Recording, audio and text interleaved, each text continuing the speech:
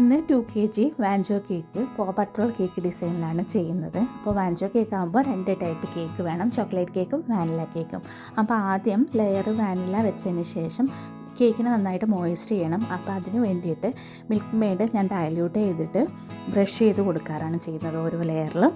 അങ്ങനെ ചെയ്തതിന് ശേഷം വിപ്പിംഗ് ക്രീം ഇട്ട് കൊടുത്തിട്ട് വൈറ്റ് ചോക്ലേറ്റ് ഗണാഷ് ഇട്ട് കൊടുത്തിട്ട് അതിൻ്റെ മേലെ ചോക്ലേറ്റ് ചിപ്സും, പിന്നെ നെക്സ്റ്റ് ചോക്ലേറ്റ് കേക്ക് വെച്ച് കൊടുക്കുക. ഇതുപോലെ വിപ്പിംഗ് ക്രീം ഇട്ട് കൊടുക്കുക, ഡാർക്ക് ചോക്ലേറ്റ് ഗണാഷ് ഒഴിച്ച് കൊടുക്കുക, എന്നിട്ട് ചോക്ലേറ്റ് ചിപ്സും കൂടി ഇട്ട് കൊടുക്കുക. അങ്ങനെ ഓരോ ലെയറും മാറി മാറി ചോക്ലേറ്റും വാനിലയും കൂടി ലെയേഴ്സ് തീരുന്നത് വരെ ചെയ്ത് കൊടുക്കുക. ഇത് 7 ഇഞ്ച് കേക്ക് ടിന്നിലാണ് ഞാൻ കേക്ക് ബേക്ക് ചെയ്തിട്ടുള്ളത്. അപ്പോൾ ലെയേഴ്സ് കുറച്ച് കൂടുതലുണ്ടാവും. ഹൈറ്റിൽ കേക്ക് കാണുമ്പോൾ കുറച്ച് ഭംഗിയായിട്ട് തോന്നും. അതുകൊണ്ടാണ് 8 ഇഞ്ച് അല്ലാണ്ട് 8 ഇഞ്ചിൽ ഞാൻ അധികം മാക്സിമം ഞാൻ 8 ഇഞ്ചിൽ ചെയ്യാറില്ല. നോർമൽ കേക്ക് മാത്രമേ ഞാൻ 8 ഇഞ്ചിൽ ചെയ്യാറുള്ളൂ. തീം കേക്കൊക്കെ ഞാൻ 7 ഇഞ്ചിലാണ് ചെയ്യാറ്. നമുക്ക് 6 ഇഞ്ചിലാണ് ടോൾ കേക്ക് ചെയ്യുമ്പോൾ കൂടുതൽ ഭംഗി കിട്ടുക. പക്ഷേ ചില കസ്റ്റമർ മുൻകൂട്ടി പറയും അത്രയും ഹൈറ്റ് വേണ്ട, കട്ട് ചെയ്യാൻ ബുദ്ധിമുട്ടാകുന്ന കുറേ ലെയേഴ്സ് വരുമ്പോൾ എന്ന്. ആ കേസിലൊക്കെ 7 ഇഞ്ചിലാണ് ഞാൻ ചെയ്യാറ്. അതുകൊണ്ട് ഞാനിത് 7 ഇഞ്ചിലാണ് ചെയ്തത്. ക്രം കോട്ടിങ് ചെയ്തതിന് ശേഷം ഒന്ന് റെഫ്രിജറേറ്റ് ചെയ്തിട്ട് ഫൈനൽ കോട്ട് ഞാൻ ലൈറ്റ് പിങ്ക് കളറിലാണ് ചെയ്തത്.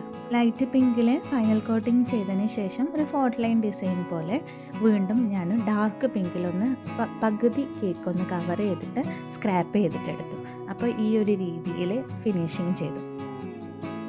പട്രോളിൻ്റെ ടോപ്പേഴ്സൊക്കെ ഞാൻ ഫോട്ടോ പ്രിൻ്റ് എടുത്തിട്ട് കട്ട് ചെയ്തിട്ട് ഞാൻ സ്റ്റിക്ക് ചെയ്ത് കൊടുക്കുന്നതാണ്.